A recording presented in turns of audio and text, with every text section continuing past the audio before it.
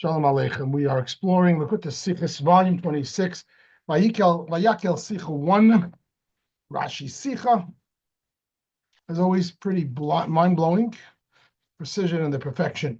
So the Sicha is based on the first Rashis of this portion, Pekudei. Portion begins with the words, Eile Pekudei HaMishkan, Mishkan HaEdus. This is the Pekudei of the Mishkan. This is the Pekudei of the Mishkan. That becomes the name of the parsha. What does Pekudei mean? That's the discussion. Commentaries struggle with it. Apart from Rashi, commentaries struggle. What does it mean, Pekudei? Pekudei, we find, has two different meanings. It can mean counting, and it can mean appointment. It's interesting that the same word is used for both, but throughout Torah, the word is interchangeable.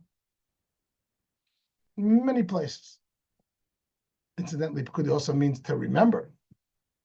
Hashem Pekudei will remember you. Probably all three meanings are connected. But in this conversation here, the commentaries say it can mean one of two things. Pekudei can mean this is the counting of the Mishkan, the accounting, the list of the donations, or it can mean the appointment. Who was given the job to oversee the situation? And the commentaries give it two approaches. Let's take a look.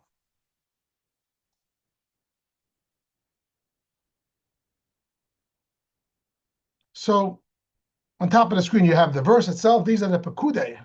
I'm writing Pekudei without translating it because the translation is exactly the discussion of the commentary and of the Sicha. These are the Pekudei of the Mishkan through Moshe, the tasks of the Levites. So before we look at Rashi, let's look at what the other commentaries say. What's the meaning of Pekudei? And we find in general, says the Rebbe, two approaches in commentary. He quotes the Ramban and the Klei Yakar and the Barbanel, etc. Approach A is that it means appointments. And approach B means that it means countings. Now, why are two approaches? Because the verse is a challenge. It's problematic. It says, these are the Pekudei of the Mishkan. And then it starts to list an accounting. He's giving an accounting. How much money was raised, how much gold, how much silver, how much copper, what was it used for? That's really what happens right after this verse. So the rational thing, the simple approach, straightforward approach would be that Pekudei means counting. And we find that in different places. Pekudei could mean counting. It's one of its meanings. So what's the problem?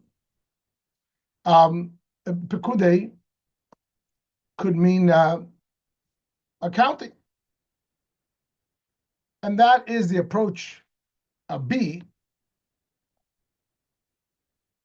That is the approach B, and many commentaries say it means counting, and it refers ahead. The Torah begins, this is the Pekudei of the Mishkan, the counting, and meaning what follows. The problem with this, or the challenge with this approach, is that the rest of the verse says the appointment, the task of the Levites. What do the Levites have to do with that? I understand these are the Pekudei of the Mishkan, which Moshe counted. And then the second half of the verse is Avodas HaLevim, the task of the Levim, through Isamar ben Aaron HaKohen. Task of the Levim. When we look in Torah later, in Bamidbar, especially in great detail, when we think of the task of the Levim, and the same term is employed there, Pekudei. What's the task of the Levim? To carry the vessels, to assemble and disassemble the Mishkan. So if it means counting, the second half of the verse is problematic. But these commentaries will say that it must be that Moshe did the counting, and then he was assisted by the Levites, led by Isamar. Okay. So you understand the challenge of that approach. The value, the plus of that approach is that it's straightforward. The portion begins, this is the counting of the Mishkan, and that's what it talks about.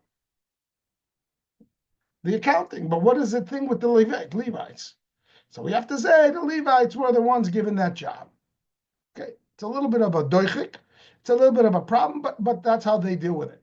The other commentaries say no. It speaks about the Levites. The context is the Levites, and the Levites were the ones that were appointed to oversee the Mishkan. Now the verse makes more sense. This is the appointment of the Mishkan, which Moshe was in charge of. And then what is the appointment? He appointed the Levites, led by Isamar, the son of Aaron, to be in charge of the Mishkan. But then, why does it talk about accounting? Immediately thereafter, the verse gives us all accounting, how much gold, silver, copper, etc. So it must be that it refers back. That's this approach. That when it says these are the appointments, it's actually a bookend. It's referring back. We just finished discussing the building of the Mishkan and all of its rules in Parshas Vayakel. And they collected all the money and they had to build all the Mishkan, all the vessels, etc., etc. So the verse continues and says, these, referring to what we just finished saying, all of that is the responsibility of the Levium. They're going to oversee it. They're going to assemble it. They're going to disassemble it. They're going to take care of it. They're going to watch it, led by Isam. So in this verse, in this approach A, there's also a plus and a minus. The plus is that this verse flows better, but the minus is that it doesn't flow with what follows, because it needs to refer back. All right, so that's the two approaches of commentary. Again, each have a plus and a minus, which indicates that this verse is problematic. What does Pekudei mean? Again, the word could have different meanings. And, so the two problems. So again, if you take approach A, it means appointment. It flows better with this verse, the conversation about the Levites being appointed, because they're the appointees. But it doesn't flow so well with the rest of the portion. If you do approach B, that represents counting, it flows very well with the portion that follows. But it's a little problematic with this actual first verse. What do the Levites and their task have to do with counting? And we're going to have to say that they were given the task of overseeing the counting. Okay, so where does Rashi stand? Remember the Rashi, the Rebbe is very strong about telling us that Rashi is going to take the simple, most literal, most rational approach in terms of pshat, in terms of the way the text itself seems to say. Where would Rashi stand on this? So the Rebbe says, if you look at Rashi, Rashi seems to say both. Take a look. Let's go back to the top of the screen. We have two Rashis. We have a Rashi on the words that these are the Pekudei, Eila Pekudei. And Rashi says, in this parsha are counted the weights of the Mishkan donations, silver, gold, and copper, and are counted the Mishkan vessels. So Pekudei, so Rashi, that Rashi, is approach B. Then when there's a Rashi on the end of the verse, the tasks of the Levites. I guess he's bothered with what that's doing here. And he squarely takes approach A, that they are appointed over the Mishkan and its vessels to transport, assemble, disassemble, etc. So Rashi, what's the difference? That's very strange. So he takes the same word, Pekudei, and says it means two things. That is not acceptable. So what is going on here? So the Rebbe's first suggestion is that Rashi really goes with approach B, that Pekudei means counting.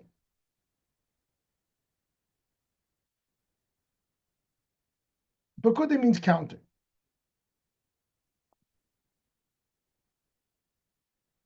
However, he's saying that the counting was not just the donations, but also the vessels. That's the first suggestion of the Rebbe. And I want you to realize the merits in this suggestion. It's a very good suggestion, because the portion begins with the counting of the money, of the donations, gold, silver, copper, and how much came and what they did with it.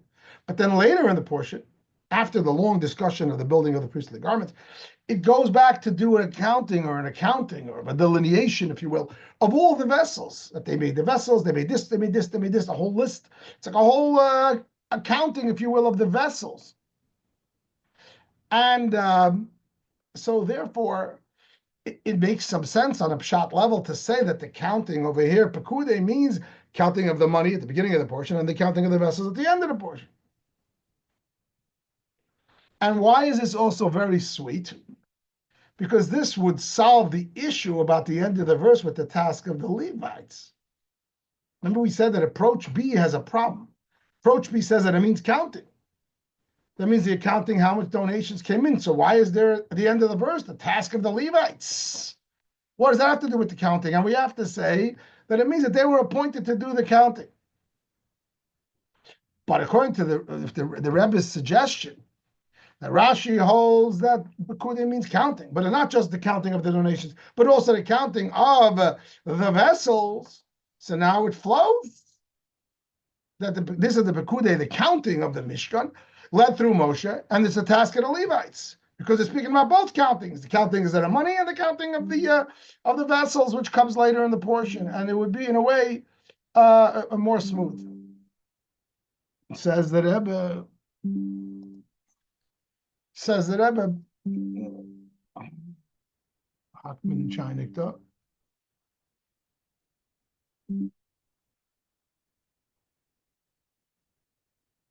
Says the Rebbe, why would we include the vessels counts? They aren't discussed till much later. Seems like a very nice suggestion. The Rashi translates Pekudei as counting. But notice how Rashi, in the first Rashi, says not just the counting of the weights of the Mishkan donations, but also the Mishkan vessels. So he's applying the word Pekudei to the beginning of the portion of the donations, but also the end of the portion, the delineation of the vessels. But it's making sweet, like we said, that this becomes the counting of the Levites. And the two Rashis drive together very well, and with the pasuk.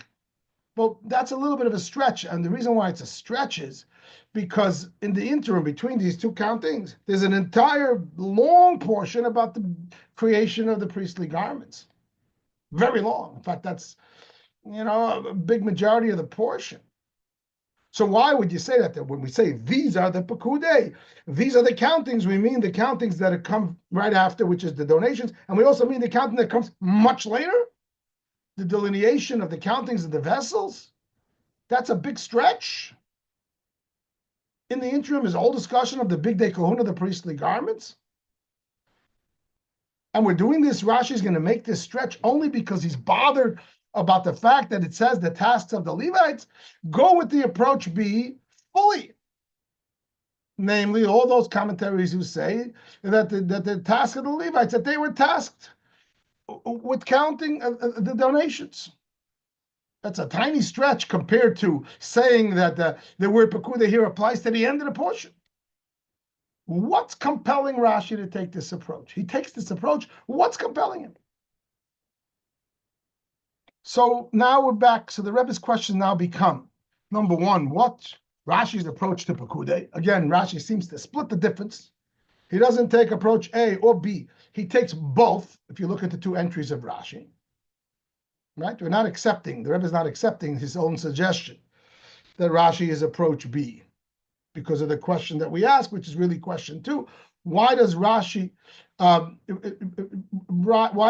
mention the counting of the vessels?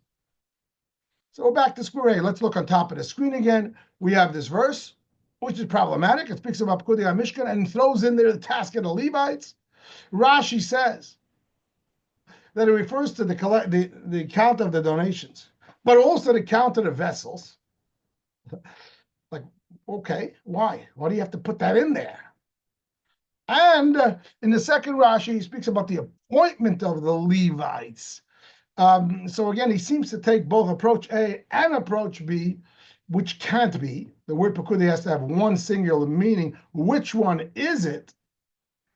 That's question 1. And question 2 is, why does Rashi mention not only the counting of the silver and the copper and the donations, but also the counting of the vessels? Vessels are not so much something that you count, and they're at the end of the portion. So these become the Rebbe's 2 questions. So the Rebbe says that Rashi is compelled, Rashi is focused or bothered, if you will, by one main question. And that is the first word in the portion says, Eila, these are. It's an unusual thing that the Torah should say Eila without the added Vav, Ve'ela, and these are. Many portions begin with the letter Vav. From what I understand, the vast majority out of the 53 portions, I think it's something like 47, that begin with a letter Vav. And why? Because most portions are linked to the prior portion. When a portion begins without the and especially begins with the word Eila, these are, the language is Eila Pasala Sarishoinim. Whenever you find in Torah the word Eila, these are, it's a new beginning. It's canceling out the past. We are starting fresh. It's a big statement. Not only is it a new parsha, but it's a whole new introduction of a new concept unrelated to before. It's not just that it's new. It's canceling out the past. It needs to be like really a whole new kettle of fish, a whole new chapter. And that's why it doesn't even say the word and. It's very unusual. I could think of the second portion of the Torah. Eila told us no. There's not a lot of them. Come to Parshas told us, it says Ve'ela told us. This is, and these are, because it's related to the past, even though it's new. Here the Torah says Eila Pekudei. We're in the middle of the discussion of the building of the Mishkan, etc., etc. Why would it start and use that unusual term of Eila, which cancels out the past? That means this has to be a whole new conversation. And therefore the Rebbe says, neither approach A or B of the commentaries, as great commentaries, the Ramban, the Kliyokar, and the Abarbanel, etc., etc. None of them, though, either one of those commentary approaches work really well in the Pshat level, because at the Pshat level, we have to take seriously that word, Eila. We have to say that this is something new. We're introducing a new thing. Neither approach flows well, because if you say that we are approach A, that we're appointing people to take care of the Mishkan, of what we just finished discussing, that's not canceling out the past. That's a direct continuation of the past. As per the commentaries who take approach A, that they say that it means appointment, and it's referring backwards to the counting, which comes right after, but that which says before it, the details of the Mishkan. If we say the approach is the counting, that is also problematic, because what are you counting? The donations that were collected. When were they collected? In last week's portion, in Vayakel. So still, it wouldn't make sense to say Eila, that it's a whole new chapter. It's neither approach A or B really works well with this unusual emphasis of the Torah. Eila, this is a new thing. We're telling you something you don't know about. We know about the Mishkan, so approach A, appointing people to be in charge of the Mishkan, is not such a new concept. You remember, those who take approach A say that it refers back. And why can't it refer ahead?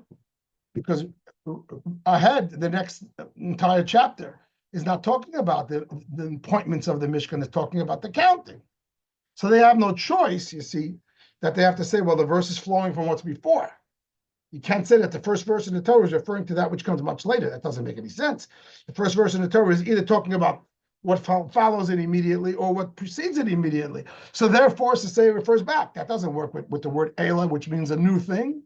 And if you say it means the counting, again, the counting is the thing which follows right after this verse. That's nice. But this is not a totally new concept. What are you counting? The money that you raised in the last week's portion. So Rashi needs a third way. So the Rebbe says that Rashi takes, it's a hybrid of A and B, really.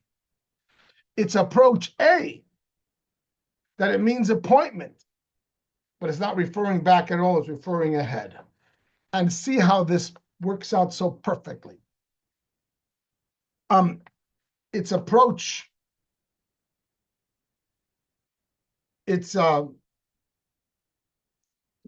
so the Rebbe says like this. The Rebbe answers all of these nuanced problems in one swoop.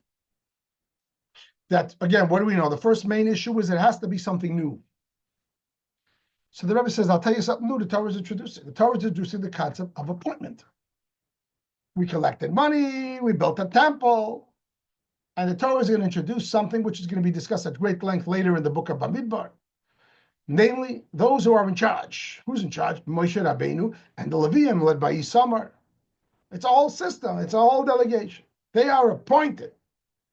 That introduction of those appointments, which are discussed later in detail in the book of Bamidbar, is introduced here, and that's what Pekudei is. It's a new conversation. Appointment. Eila Pekudei. These are the appointments. These are the leadership. This is the hierarchy. This is the system. This is the pyramid, if you will, or whatever that word is in a company where you have the system. It's Moshe, Isamar, the Levites, and what's their job? Pekudei Mishkan. The appointment in a Mishkan. That's new. Eila. So Pekudei here doesn't mean counting, which would refer very closely to what we discussed last week. No, it's a new thing. We never heard about this concept before, that there's going to be people in charge. It's new. But the problem is, and that flows well with the fact that the verse says, this is the Pekudei HaMishkan through Moshe and the task of the Levites through Isamar. That first verse makes perfect sense. The problem is, though, when you continue reading, what's the next discussion? It's about counting the money. Says the Rebbe, yeah, but the money wasn't counted for purposes of accounting. It was counted for them to have inventory. There's two reasons why you can count. You can count because of transparency, or you can count because of inventory. And it's the latter, you see. So the Rebbe says they were not counting as counting. They were counting as part of their appointment. They're counting the silver and the gold and copper because they're appointed to oversee the Mishkan, oversee the counting. It wasn't a transparency issue. It was a leadership issue. It was a responsibility issue. In a way, the Rebbe is combining the two. But the Rebbe, that all the counting was done for the purpose of an appointment.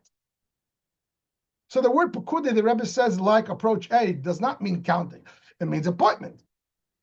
This is their job. Hence, the verse says the task of the Levites, led by Isamar. It's about the tasks. Hence, it says Eila. It's a whole new conversation. We never heard about appointments before. We didn't know anybody's in charge. There was no discussion of that before. Now, what is the appointments that they're responsible for? In the book of Numbers, it's going to say a lot more detail. They carry, they come, they go. But in this portion, and Rashi alludes to it in his second Rashi, but in this portion, it already begins telling their tasks.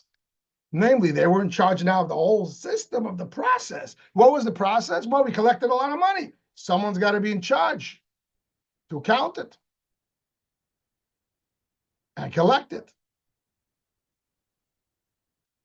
And then later in the portion, when all these vessels were built, someone's got to be in charge to make sure they're all done, to count them up, to delineate them, to be in charge. It's all about being in charge. So it's countings, but it's not about countings, it's about appointments. And this answers all of the questions. It answers the main question, why it's Eila, it's a new beginning, it cancels out the past. It's a new conversation. It's a conversation about appointment. We never had that before. But it also answers how this flows, which comes immediately after, that they're counting, but the counting is not for the sake of counting. It's not for the sake of transparency. It's for the sake of inventory. It's counting as the board of directors. It's part of appointment. And it flows well with what the end of the portion we'll talk about, the counting, delineating all the different vessels and making sure they're all done in place. It's a tiny stretch. It's a little bit of a stretch. And in the interim, we talked about the big day kahuna, the priestly garments. But nevertheless, by and large, this flows well because it responds with the main problem of the word Eila. And it also explains well the end of the verse, the task of the Levites. Hence, both Rashis are really one long Rashi. Take a look at the top. The verse says, this is the Pekudei of the Mishkan through Moshe, the task of the Levites. Says Rashi, in this parsha are counted the weights of the Mishkan donation, silver, gold, and copper. And counted are all the Mishkan vessels. We said, why did Rashi bring it over here? Why it's counted the Mishkan vessels? That's much later. The answer is because with this, Rashi is pointing out that we're not doing a counting to see how much came in. We're taking responsibility of the project. We're counting the money. We're counting the vessels. And that flows right into the next Rashi. And the verse continues and says, this is a task of the Levites. And what is the task of the Levites? Rashi clearly says they are appointed over the Mishkan, where its vessels. They will transport, they will assemble. So even now, they're going to be in charge to make sure everything's in place. So the small stretch is a small allowance, namely that the counting also includes the Mishkan vessels, which are later in the portion, because now it all comes together. Counting doesn't mean counting; it's a form of appointment, and we must include the vessels counting as well. That's how the Rebbe explains this Rashi. So, and the Rebbe in the Sicha says that this will explain many nuances. Now that we came up with this solution or this conclusion, that because of the word these, it has to be a whole new subject. It won't, and if it's a whole new subject, it can be with either approach, right? As we said earlier. If you look, so therefore the Rebbe comes up with a new approach. It's approach A, namely that it's appointments, but it refers ahead about the counting of the money and the counting of the vessels, because all of those are a part of an appointment. So the Rebbe gives a whole bunch of nuances. I put it into 5. The Rebbe, I think, has more, but it's all included here. So we answer with Rashi's approach to Pekudei. We answer why Rashi mentions the counting of the vessels, because it's really just an appointment of overlooking everything, taking inventory. The Rebbe also says it answers nuance in 3. Take a look at the Rashi text. I have it lower in the screen, the box. Rashi says, "Beparsha zu," in this parsha, is counted all the collections. It's a very unusual term. It's a very unusual term. Rashi doesn't usually say that. Rashi just would say, this is the counting. We're counting the weights in a Mishkan. What's this thing? Parsha zu nimnu. How often do you see that? That Rashi should give an introduction. Good morning. And this parsha is counted. Very, very unusual. I don't know if it's unique, but it's very unusual. And in the rare cases where it does say it, it will say that this is a. So some of the commentators say, why does Rashi give that introduction? Being that there's a 2-verse break between this first verse and the actual counting, where the Torah repeats those people that were in charge of the project, B'tzalel and Aliyah. So one could be bothered. That what does this verse refer to? So it said, Rashi wants to say, I want you to know it's referring to that which will be a little bit later in the parsha of the counting. We have a similar thing by the beginning of Toldos. This is the story of the Toldos of Yitzchak, of Yitzchak. And Rashi says it refers to Yaakov and Esav, who are written in the portion a little later. So then Rashi should have said that much softer tone, that this refers to the counting of the donations of the Mishkan, which are written in the portion. But he begins with this heading, doesn't say which are written in the parsha later, to deal with that small problem of the 2-verse break. He makes this like his opening statement. The parsha zu nimnu. It's very unusual and strange. This is the problem number 3. And the Rebbe says, but according to the Rebbe's approach, that Rashi's real problem is the Eila. What does Eila mean? Pasal said he's shining. We cancel out everything. Eila means this is a new beginning completely.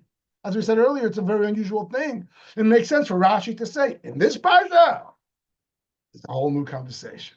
When you start, this is the first Rashi on the parsha, right? In this parsha, meaning this is new.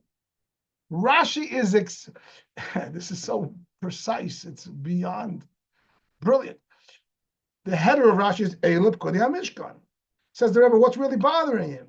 Not the translation of the word Pekudei, but the translation of the word Eila. That is totally new. Says Rashi, but Parsha zu nimnu, because this Parsha is something new. There's going to be a counting of weights of Mishkan and a counting of Mishkan vessels, which in total, what is those countings? There are really appointments. You're counting Mishkan vessels for transparency. You're counting them for inventory, for responsibility, for management. Now it makes sense. This also explains problem 4 that the Rebbe cites. Rashi says that in this parsha, we count all the weights of the Mishkan donations, silver, gold, and copper. Why don't we talk about the weights? Why don't we say the value, the dollar amount? Most of the, those who take the approach that this counting was for transparency, that Moshe, and there is such an approach clearly in Torah. Many commentaries say that this is, from here we learned that if you're collecting tzedakah, you have to make sure you're transparent. And I guess that there's that meaning as well, but not on the pshat level, according to the Rebbe. So those who say that it's about counting the donations, they say that in this parsha we count the donations, the value. Why does Rashi use this? He adds this unnecessary thing. We're counting the weights of the gold, silver, and copper. Why not the gold, silver, and copper, or the value of the gold, silver, and copper? So the Rebbe is going to explain. The Rebbe says because when we say the value, that's because we're doing something for transparency purposes, and that would be true if you take approach B. But remember, the Rebbe says that Rashi takes approach A. It's not about counting. It's not about transparency. It's about appointment. You're counting because you're taking inventory, because you're making sure you're managing the project. And therefore, if that's the case, you need to know that you have enough weight of gold. You don't need to tell the Jews, okay, this is how much we weighed. This is how much we donated. The value is X. So nobody stole anything. We have the value. That you do that if you're doing transparency purposes. But if you're doing inventory purposes, then you do weights. We need X amount of weight for this vessel. We need X amount of weight of gold for that. X amount of weight of silver, copper for these projects. That's how the builders would go through the inventory, not by value, but by weights. Unbelievable nuance, right in the Rashi.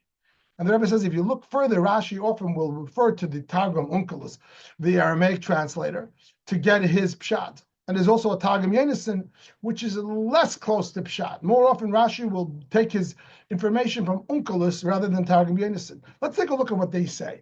Targum Onkelos says on this verse, these are the counts. These are the counts. Targum Yonasan says these are the weights and totals. Rashi does not go with Onkelos here. These are the counts. He doesn't say it. He should have taken Onkelos. He says these are the weights. But if he's going with Yet, which is unusual, Rashi usually goes with Onkelos, he's usually closer to Pshat. But then if he's going with Targum Yonasan, he says these are the weights, but he omits and the totals. And the answer is because that's exactly what he's saying. Rashi is maintaining that the goal here is not about a count or a total. It's about a weight, because it's about inventory. It's about management. This count is really not about a count, but it's about an appointment and about management responsibility. And therefore Rashi selects one part of the Yonasan Targum to become his commentary. You think about these Sichas, it's extraordinary, it's beyond. It's beyond. And then the Rebbe with this answers question 5, which is a huge question. And all the commentaries struggle with it. That if this was supposed to be an accounting, as is right, the approach B, if this is supposed to be an accounting, so that Moshe teaches us that if you're collecting money for a public thing, that you should you should be transparent, and everybody should know the list of how much was raised and how much was spent and everything else. It's a very incomplete counting. It's a very incomplete accounting. First of all, only the metals are counted. Gold, silver, copper. There were 13 things that were collected. Plus the diamonds. But 13 things. 13 expensive things. No mention of that. That's a poor accounting for transparency purposes. Plus, even in these three, when it comes to the silver and copper, it delineates how much was raised and where it went in the project, where it was spent on. When it comes to the gold, it just says how much was raised. It doesn't even say where it went. So why is it picking and choosing? And also, it doesn't include even the silver donations, any of the voluntary silver, only the silver that was added up from each person bringing the half shekel. There was so much voluntary silver, it was needed for other projects. That's omitted. It doesn't give the amount of the surplus. Again, if you're doing an accounting, it should be precise. The commentaries, how do they deal with this? This is a very big problem in the whole Pekudei. That if this is supposed to be an accounting, if this is, doing an audit on the fundraising project at a Mishkan, it's highly incomplete. For all the reasons that Rebbe cites here. Commentaries say that they counted all the very important things. It doesn't answer all these questions, but answers some of them. But they only counted the gold, silver, and copper, and expensive stuff. And the surplus, no, it wasn't so much. But the Rebbe says, that's nice, but not when you're doing accounting for the sake of transparency. If you're doing transparency, certainly on the pshat level, if you're doing transparency, it's got to be down to the last shekel, the Rebbe says. Anyone who's running an organization and dealing with a board of directors and dealing with audits, you know that that's how it has to be. the numbers don't add up, something's wrong. You don't say, well, I'm going to give you the main picture and leave everything else. That's not how it works. But according to the Rebbe's approach, it's an accounting, but it's not an accounting for the sake of transparency. It's an accounting because Moshe is taking responsibility. So yeah, he talks about the main things. He gives a sampling of each. It's gold, silver, copper, and there's someone here, someone here. Torah chooses whatever for its own purposes, and it's not a problem on the pshat level why it chooses. It chooses the main things. It gives a sampling. It's fine. Because the goal isn't to show that he was transparent on every last shekel. The goal is to show that he took responsibility for the project and he took oversight and he was making sure that the inventory was there. So if you look now in the middle of the screen, so that we're revisiting the two approaches of commentary, as discussed earlier at length, because the commentaries are split on this. It's a big problem. What does Pekudei mean? And as I explained earlier at the beginning of the class, how there's a plus and minus in each approach. First approach says it means appointments. And that flows well with the inclusion of the Levites in this verse. But the problem is the only way to read it is that it's a flow from before, because what follows is an audit. Approach B, that it represents accounting and audit, which flows well with what follows. But what is the thing of the second half of that verse with the Levites? So we discussed earlier how they deal with it. It's problematic, but they deal with it. On a Rashi level, which is pshat, this too becomes perfect. Rashi splits the difference in a way. He clearly goes with approach A, that Pekudei means appointment. But it's not referring back. It's referring ahead because of the word of Eila, etc. And it flows well because what comes right after it? The accounting of how much came in, but not for the sake of counting, for the sake of management, for appointment. And therefore, it makes sense with the word Eila, that it's a new beginning, and it makes sense that the Torah includes the Levites and their appointment, and therefore Rashi cites the Levites that are mentioned at the end of the portion, the counting of the vessels. The whole thing comes together clearly, and therefore, when you begin the Sicha and you see that the Rebbe points out that Rashi, in the two Rashi, seems to speak from both sides of his mouth. He's taking a little bit of A and a little bit of B. That's exactly what he's doing. He's saying A, but he's not referring back, because that can't be when it says Eila as a new beginning. It actually refers completely ahead, as explained. This is pretty mind-blowing. I want to suggest, I didn't see this in the Sicha, that perhaps, and there are other Sichas that talk about the word Pekudei in Bamidbar. The word Pekudei is used a lot in the same parsha, and the Rebbe says that sometimes it means appointment, sometimes it means to remember or to count. But perhaps on a pshat level, it's very sweet that the word Pekudei and the word minyan, or minui means appointment, minyan means counting. It's the same root. Perhaps on a pshat level, that's very sweet that they're interconnected, because that's how Rashi will end up learning here. Pekudei means appointment. But that appointment is expressed through counting. This is my own thought, and I have not yet seen it in the Sicha or in footnotes. The Rebbe concludes with a beautiful lesson, which in itself can be a whole farbrengen. And that is that the Jews are building a Mishkan for Hashem, and that's what all of us are doing in our own lives and in the world, trying to bring Mashiach, Teda Mitzvahs in our own homes, in our own selves, to build a Mishkan, make a home for Hashem in this world. That's our job. And that's what this portion is talking about. And the Jews did. What was their part? They brought the donations. So the emphasis is, as we said before, the weights of the elements, of the gold, silver, and the copper. The Rebbe says when we speak about weights versus value, in terms of our Yiddishkeit, Teda Mitzvahs, the weights would be the matter, the value would be the form. Weights means how much of the weigh, the actual. Value means how valuable, how pure is the gold, etc., the silver.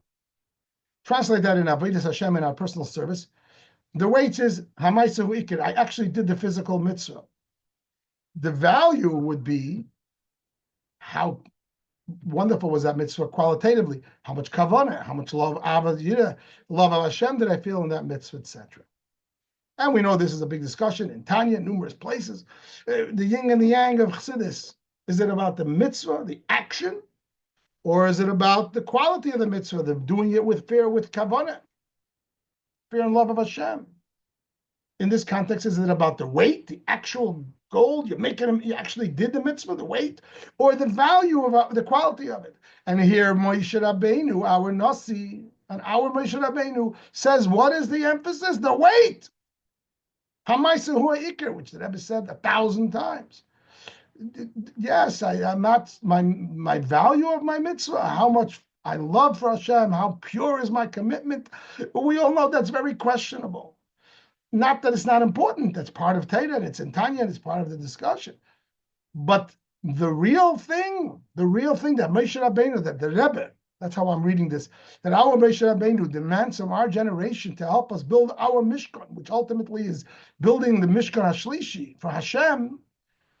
Just bring the gold, silver, and copper. Bring your mitzvahs. I want to know how much they weigh. Translation. I want you to bring me a lot of tefillin, a lot of Shabbos lech, a lot of Torah, a lot of mitzvahs. I'm not so worried about the value, about the quality of your mitzvah. We'll deal with that. Keep piling it on, which is extraordinary. And some people would say, really? In Chassidus, we're worried about the kavanah, the yumina mitanemes. There's a famous story of one of the Chassidim of the Alter Rebbe who was very charitable, poor people. And he complained to the Alter Rebbe that when he gives tzedakah to poor people, chmeinish mitanemes, I don't feel like I mean it with my whole heart. So the Alter Rebbe said, don't worry, the poor man, mitanemes, the poor man who's taking it, and it's satisfying and giving him a meal, he means mitanemes. This even the days of the Alter Rebbe, but certainly in our days where the Rebbe made the emphasis on Ma'aser Ha'ikar, our connection now to the Rebbe and through the Rebbe to Lakus and to Yiddishkeit and to Dirbe Tachtainim is so deep, it's so part, so core that the Rebbe says we're just an extension of of the Nasi Hadayr, and therefore we don't have to focus as much, and we can't focus as much, partly because of our low level in terms of our personal service, but also because on the flip side, because of our connection to the Nasi Hadayr, and therefore he just says let's get the job done. Just like you don't tell your hands and feet to have kavanah. Just tell them to do the job. That's our job. But bring in the weights of the goal. Bring in the mitzvahs. And the way I'm going to interpret this is, again, my own overlay, because this section you could bring over this. That our Moshe Rabbeinu, our Rebbe says to us, just bring it. Remember, I'm in charge of the project, says the Rebbe, says Moshe Rabbeinu. So in terms of the kavanah, and the quality of the value of your mitzvahs, I'll take care of that. As long as you link with me and you're connected and you're ibigagem with your that your path in life is dedicated to the Rebbe's way, Moshe Rabbeinu adds the value, and the Rebbe finishes the Sicha by saying, just like the Machtas HaShekel, where Moshe said that Hashem showed him a fiery coin, that even though it was a simple coin, suddenly it was filled with fire. It was extraordinary, as explained in the Sicha we learned 2 weeks ago.